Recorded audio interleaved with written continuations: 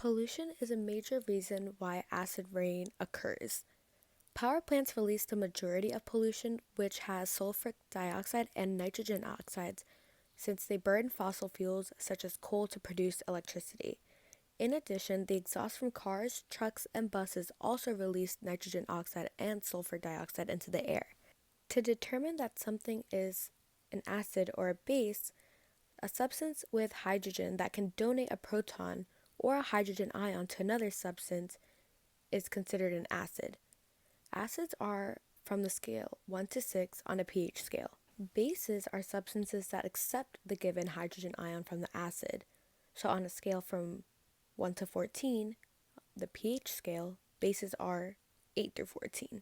A strong acid or base is one that is able to break down or dissociate completely in a solution while donating or accepting the protons. Weak acids or bases are one that partially dissociates into its ions in an aqueous solution.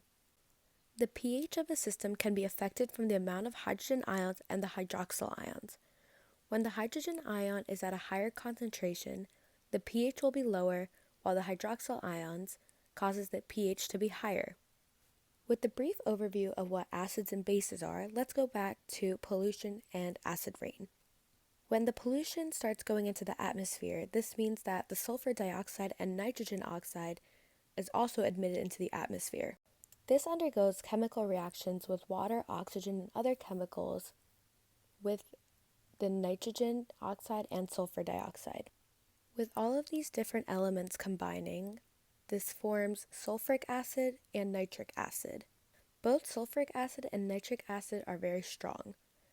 Sulfuric acid ionizes completely to form hydronium ions, H3O, and hydrogen sulfate ions, HSO4.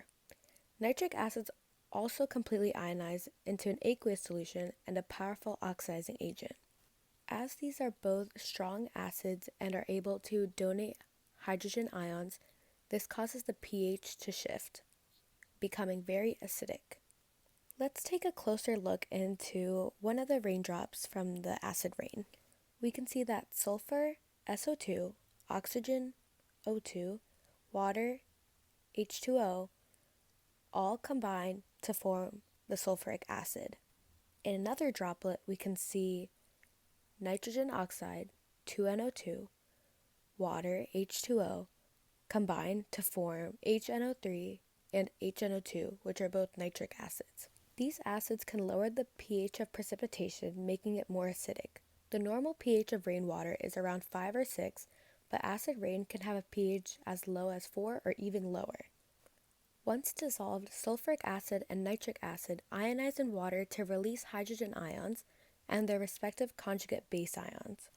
So we can see there's H2SO4, which is the sulfuric acid, and when it's mixed into the water, it releases the hydrogen ion, while the SO4, which is the conjugate base, remain the same. This also goes for the nitric acid. At the top, we can see the HNO3 molecule, and once it's in the water, the hydrogen ion separates, while the conjugate base, NO3, stays.